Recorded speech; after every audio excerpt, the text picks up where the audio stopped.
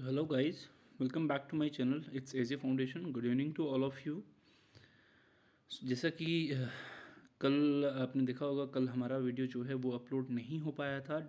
There was some technical fault and I am really sorry for that.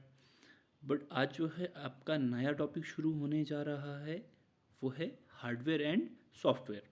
ठीक है. सो अगर बात करी जाए एक कंप्यूटर सिस्टम की, तो कंप्यूटर सिस्टम में मैंने आपसे पहले भी कहा था, जब हमने आई थिंक फर्स्ट लेक्चर किया था.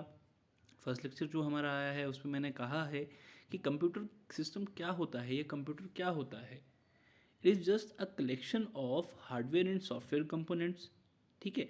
ये कलेक्शन होता है किसका? हार्डवेयर और सॉफ्टवेयर कंपोनेंट्स का, जो हमें हेल्प करते हैं किस में? अलग अलग जो डिफरेंट टास्क होते हैं उनको अकम्प्लिश करने. ठीक है. अब अगर बात करी जाए हार्डवेयर और सॉफ्टवेयर की, तो हार्डवेयर की बात करते हैं. सबसे पहले हार्डवेयर क्या रहता है? ये एक फिजिकल कंपोनेंट होता है कंप्यूटर का. ठीक है. कंप्यूटर सिस्टम का, जिसमें एक सर्किट बोर्ड रहता है, आईसीज रहती हैं और कुछ बाकी इलेक्ट्रॉनिक्स रहती हैं. कोई भी फिजिकल कंपोनेंट की बात कर रहे हैं. ठीक है.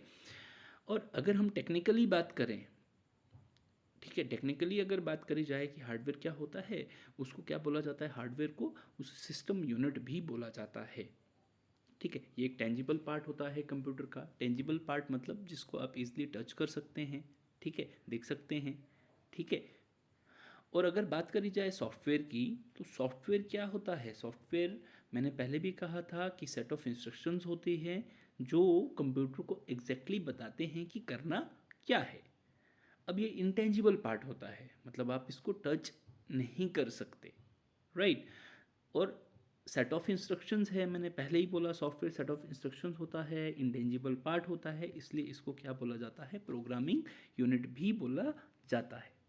अब देखिए, कंप्यूटर हार्डवेयर की अगर हम बात करें, तो कंप्यूटर हार्डवेयर में हम क्या क्या चीज़ें कवर करने वाले हैं, वो है input devices, output devices, processing devices और स्टोरेज डिवाइसेस. क्लियर.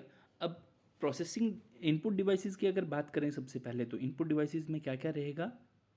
वो रहेगा keyboard, mouse, track ball, joystick, scanner, microphone, webcam, barcode reader, OCR that is optical character recognition, MICR that is magnetic ink character recognition, OMR हो गया that is optical mark reader.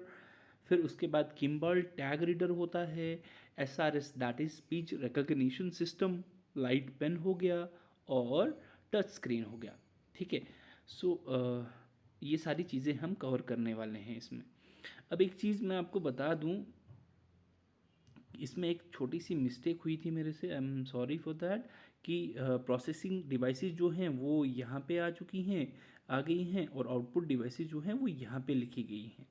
ठीक है. So output devices हम कौन कौन से complete करने वाले हैं या कवर करने वाले हैं? वो है मॉनिटर, प्रिंटर, स्पीकर, प्लॉटर, और last one is screen image projector. Sorry, कौन कौन सी? मॉनिटर, प्रिंटर, प्लॉटर, स्पीकर और स्क्रीन इमेज प्रोजेक्टर, जिसको आप सिंपली प्रोजेक्टर भी कहते हैं. ठीक है. और अगर बात करी जाए प्रोसेसिंग डिवाइसेस की, तो प्रोसेसिंग डिवाइसेस कौन कौन सी हम कवर करने वाले हैं? वो हैं CPU that is central processing unit, GPU that is graphical processing unit, motherboard हो गया, रैम हो गया that is random access memory, और रोम हो गया that is read only memory. Alright. So ये थोड़ा सा मिस्टेक हुआ था. ठीक है. अब और इसमें हम क्या चीज़ कवर करने वाले हैं? Storage devices. So storage devices में क्या क्या है? मैग्नेटिक मेमोरी हो गया, ऑप्टिकल मेमोरी हो गया, और फ्लैश मेमोरी जो है हम कवर करेंगे. क्लियर. ऑलराइट. अब अगर बात करी जाए, हम आज शुरू करने वाले हैं अपने इनपुट डिवाइसेस. तो इनपुट डिवाइसेस में सबसे पहले स्टार्ट करेंगे हम कीबोर्ड. देखिए, कीबोर्ड की बात करी जाए तो one of the main input devices को बोला जाता है. किसने इन्वेंट किया था? क्रिस्टोफर लाथम शोल्स ने. ठीक है. अब इसको किस लिए यूज़ किया जाता है? डेटा को, या टेक्स्ट जो है, टेक्स्ट या फिर न्यूमेरिक डेटा को एंटर करने के लिए कंप्यूटर सिस्टम में कीबोर्ड का यूज़ किया जाता है. ये टाइपराइटर के ही जैसा होता है, लेकिन इसमें कुछ एडिशनल कीज़ भी रहती हैं. कौन कौन सी एडिशनल कीज़? फंक्शन कीज़ हो गई F1 से लेके F12 तक, कंट्रोल कीज़, ऑल्ट कीज़. तो ये इसमें कुछ एडिशनल कीज़ रहती हैं। क्लियर? अब देखा जाए अगर नॉर्मल या फिर जनरल नंबर ऑफ़ कीज़ की अगर बात करी जाए कि इसमें कितनी नंबर ऑफ़ कीज़ होती हैं नॉर्मली, तो कितनी रहती हैं, वो होती हैं 104। अगर बात करी जाए मैक्सिमम नंबर ऑफ़ कीज़ की, तो मैक्सिमम नंबर ऑफ़ कीज़ इसमें कितनी रहती हैं, वो रहती हैं 109।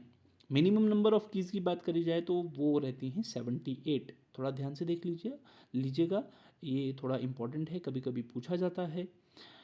ओके, अब अगर बात करी जाए कीबोर्ड के लेआउट की, तो मोस्ट कॉमनली जो यूज़ किया जाता है आज के दिनों में वो है QWERTY, that is QWERTY। Right, आपने अपने मोबाइल फ़ोन जो आप यूज़ करते हैं उनमें भी देखा होगा। ठीक है, जो कीपैड रहता है उसका वो कौन सा होता है, QWERTY लेआउट वाला। ठीक है, और भी कुछ कीबोर्ड्स के जो है लेआउट वाले कीबोर्ड जो हैं उनका यूज़ किया जाता है। कौन कौन से हैं, एजर्टी हो गया, जिसको कहाँ पे यूज़ किया जाता है, फ्रांस में। और मैंने अभी बताया क्वर्टी जो है उसका बहुत ज़्यादा मोस्ट कॉमनली जो यूज़ किया जाने वाला लेआउट है वो कौन सा है, क्वर्टी। एक और है ड्वोरेक, दैट इज़ DVORAK। इसको किस लिए यूज़ किया जाता है, टच टाइपिंग को, इसको डिज़ाइन किया गया था टच टाइपिंग को इम्प्रूव करने के लिए। क्लियर? ओके, अब अगर बात करी जाए एक और लेआउट है, दैट इज़ इंस्क्रिप्ट। इंस्क्रिप्ट को कौन यूज़ करता है, कहाँ पे यूज़ किया जाता है, गवर्नमेंट ऑफ इंडिया जो है इसका यूज़ करती है। क्लियर? अब आगे चलते हैं, अब बात करते हैं हम टाइप ऑफ कीज़ की। तो टाइप ऑफ कीज़ की अगर बात करी जाए तो टाइप ऑफ कीज़ में सबसे पहले रहती हैं हमारी अल्फ़ाबेट कीज़। अल्फ़ाबेट कीज़ जो हैं टोटल कितनी होती हैं नंबर में, 26 होती हैं फ्रॉम A to Z। ठीक है, आप कोई भी टेक्स्ट या कोई भी वर्ड टाइप कर सकते हैं इन कीज़ की हेल्प से। क्लियर? अब बात करते हैं न्यूमेरिक कीज़ की, तो इनका यूज़ क्यों किया जाता है, नंबर्स को टाइप करने के लिए, इनको नंबर कीज़ भी बोला जाता है। ठीक है, और कौन कौन से डिजिट्स होते हैं इसमें, 0 to 9, 0 1 2 3 4 5 6 8 और 9 जो है मार्क रहता है आपके कीबोर्ड पे, मतलब ये कीज़ आपके कीबोर्ड पे प्रेजेंट रहती हैं। कहाँ पे प्लेस होता है, राइट साइड पे कीबोर्ड के। ठीक है, तो राइट साइड जो आपका कीबोर्ड का रहेगा वहाँ पे ये कीज़ आपको देखने को मिलती हैं। अब अगर बात करें नेक्स्ट कीज़ की, तो कौन सी कीज़ हैं, फंक्शन कीज़। अब फंक्शन कीज़ जो हैं वो हमेशा कहाँ पे रहती हैं, टॉप ऑफ कीबोर्ड पे। ठीक है, इनको किस लिए यूज़ किया जाता है, कुछ प्री डिफाइंड स्पेशल फंक्शंस के लिए फंक्शन कीज़ का यूज़ किया जाता है। प्री डिफाइंड स्पेशल फंक्शंस के लिए यूज़ किया जाता है, इसलिए इनको क्या बोला जाता है, प्रोग्रामेबल कीज़ भी बोला जाता है। अब देख सकते हैं आपके पास जो भी कीबोर्ड रहेगा उसके टॉप पे आपको F1 से लेके F12 तक कीज़ देखने को मिलेंगी। ठीक है, और इनका नंबर कितना रहता है, 12। ठीक है, मतलब ये कितने नंबर में होती है, 12। अब अगर बात करी जाए कर्सर या फिर कंट्रोल कीज़ की, तो कर्सर या कंट्रोल कीज़ जो हैं वो कौन सी कीज़ होती हैं, ये वो कीज़ होती हैं जिनको यूज़ किया जाता है टेक्स्ट, जो आपने टाइप किया है कोई टेक्स्ट ऑलरेडी जो मॉनिटर में एंटर है, उसमें अगर आपको कर्सर को कहीं भी लेफ़्ट राइट मूव करना है तो उसके लिए आप कर्सर या फिर कंट्रोल कीज़ का यूज़ करते हैं। लेफ़्ट राइट अप डाउन कहीं पे भी आपको मूव करना है कर्सर को, तो आप मूव किसकी कीज़, कौन सी कीज़ की हेल्प से कर सकते हैं, कर्सर या फिर कंट्रोल कीज़ की हेल्प से आप मूव कर सकते हैं। अब देखिए इन कीज़ को एरो कीज़ भी कहा जाता है, नेविगेशनल कीज़ भी कहा जाता है, डायरेक्शनल कीज़ भी कहा जाता है। अब इसमें आपने अपने जो कीबोर्ड है उस पर नोटिस करा होगा कि 4 एरोज़ होते हैं, एक लेफ़्ट एरो होता है, राइट एरो होता है, अप एरो, डाउन एरो। ठीक है, इसलिए इनको क्या बोला जाता है, right left up and down arrow keys भी बोला जाता है। ठीक है, और वो एरो कीज़ कहाँ पे होती हैं, जस्ट आपका जो न्यूमेरिक वाला पोर्शन होता है, न्यूमेरिक कीज़ वाला जो पोर्शन होता है राइट साइड पे, उसके जस्ट लेफ्ट में जो है ये कीज़ पाई जाती हैं आपके कीबोर्ड पे। 4 और भी कीज़ होती हैं जो कर्सर की मूवमेंट को कंट्रोल करती हैं। कौन कौन सी, होम हो गया, एंड हो गया, पेज अप हो गया और पेज डाउन हो गया।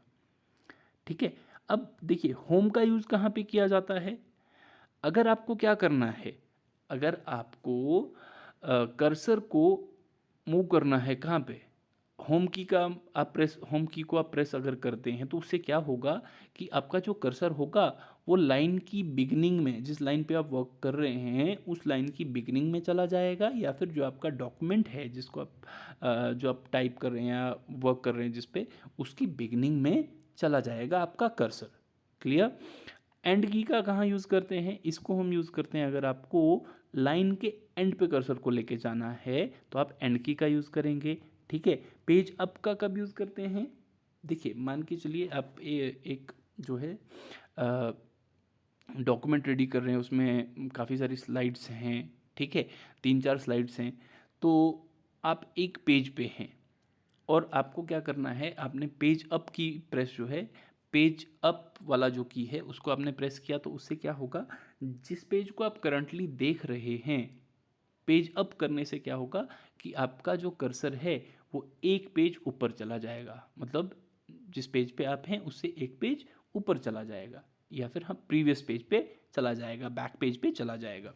बात करें अगर पेज डाउन की, तो पेज डाउन करने से क्या होगा कि जो आपका कर्सर है वो आपका नेक्स्ट पेज पे चला जाएगा, जिस पेज पे आप हैं करंटली उस पेज से नेक्स्ट पेज पे चला जाएगा।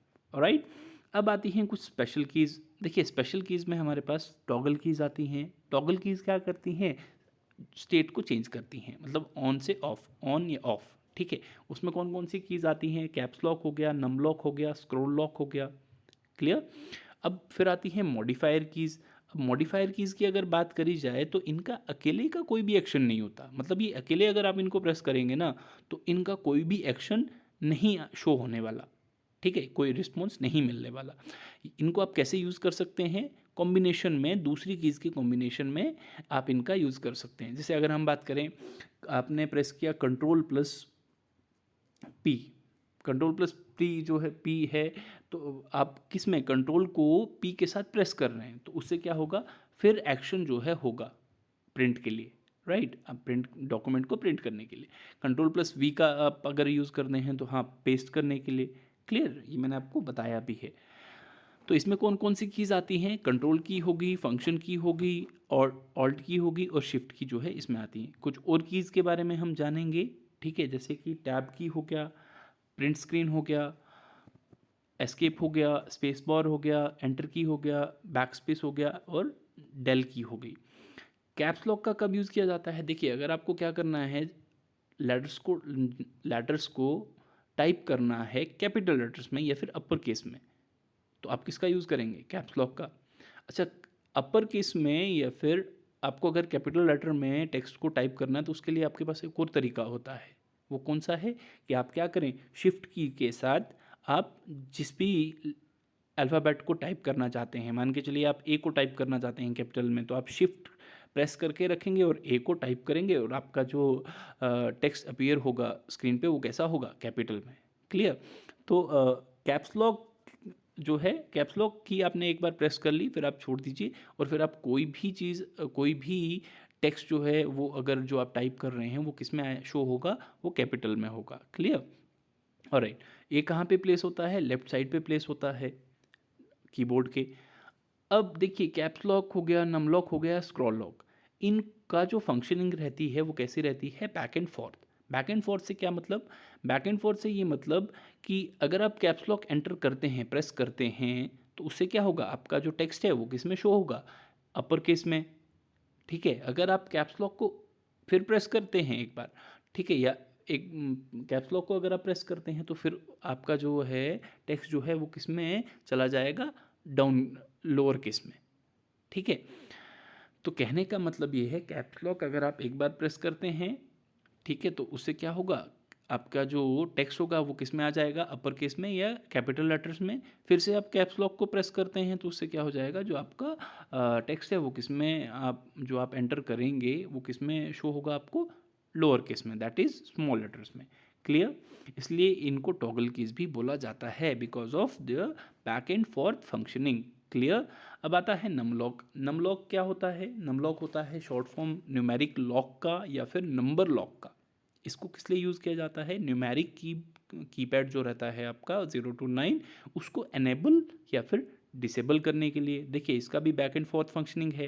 राइट, इसको कहाँ पे प्लेस किया जाता है? जो आपका कीबोर्ड होता है उसके राइट साइड में। क्लियर हो गया होगा।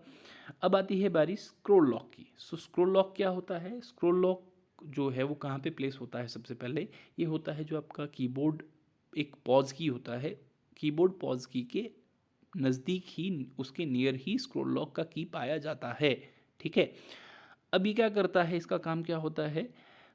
टेम्परेली ये क्या करता है, जो आपकी टेक्स्ट की स्क्रॉलिंग जो आप करते हैं उसको टेम्परेली स्टॉप कर देता है। क्लियर है? ओके। अब बात अगर करें टैब की, तो टैब की क्या होती है? ये कर्सर की मूवमेंट को कंट्रोल करती है। कौन सी की कर्सर की मूवमेंट को कंट्रोल करती है? दैट इज़ टैब की, या फिर इसका जो शॉर्ट फॉर्म है वो क्या होता है? टैबुलेटर की ये टैब की जो है वो एक शॉर्ट फॉर्म रहती है। इसका फुल फॉर्म क्या रहता है? टैबुलेटर की। क्लियर? अब PRTSC क्या रहता है? ये होता है प्रिंट स्क्रीन। प्रिंट स्क्रीन का क्या मतलब कि अगर आप प्रिंट स्क्रीन वाली जी की जो है वो उसको प्रेस करते हैं तो उससे क्या होगा कि जो भी आपके सामने स्क्रीन है वो पूरा का पूरा उसका स्क्रीनशॉट लिया जाएगा। मतलब अगर आप प्रिंट स्क्रीन वाला की प्रेस करते हैं तो जो आपके सामने स्क्रीन शो हो रही है वो उसका स्क्रीनशॉट जो है कैप्चर हो जाएगा। क्लियर? अब बात करते हैं ESC की दैट इज़ एस्केप की। सो ये वाली की जो है ये अलाउ कर दी है एक यूज़र को कि आप जो भी ऐप ऑपरेशन परफॉर्म कर रहे हैं वो कैंसिल हो जाएगा। इस की को प्रेस करने से, ESC की को प्रेस करने से क्या हो जाएगा? जो भी आप ऑपरेशन परफॉर्म कर रहे हैं कंप्यूटर पे वो कैंसिल या फिर अबॉर्ट हो जाएगा। क्लियर? अब नेक्स्ट आता है एंटर की।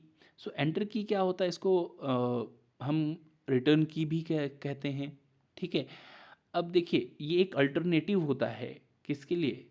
मतलब आप ओके बटन के लिए एक अल्टरनेट रहता है। ठीक है, ये अगर आप एंटर की, इसका एक और काम रहता है, अगर आप एंटर की प्रेस कर रहे हैं तो इसका मतलब आप जिस लाइन पे हैं उससे आप नेक्स्ट लाइन पे चले जाएंगे। क्लियर? नेक्स्ट आता है आपका स्पेस बार की। अब अगर बात करी जाए स्पेस बार की तो पूरे कीबोर्ड में सबसे जो लॉन्गेस्ट की रहता है वो कौन सा होता है? स्पेस बार की। क्लियर? इसको हम किस लिए यूज़ करते हैं? ब्लैक स्पेस दो वर्ड्स के बीच में अगर आपको इंसर्ट करना है तो आप किसका यूज़ करेंगे? स्पेस बार की का। क्लियर? नेक्स्ट आता है आपका डिलीट की, दैट इज़ डेल की। ठीक है, इसको आप किसी भी जो आपने टाइप किया है, टेक्स्ट है या न्यूमेरिक डेटा है, उसको अगर आपको इरेज करना है तो उसके लिए आप डिलीट की का यूज़ करेंगे। लेकिन कौन सा टेक्स्ट या कौन सा न्यूमेरिक डेटा? जो कर्सर की राइट साइड पे होगा। क्लियर है? अब बात करते हैं बैक स्पेस की। तो बैक स्पेस से क्या होता है?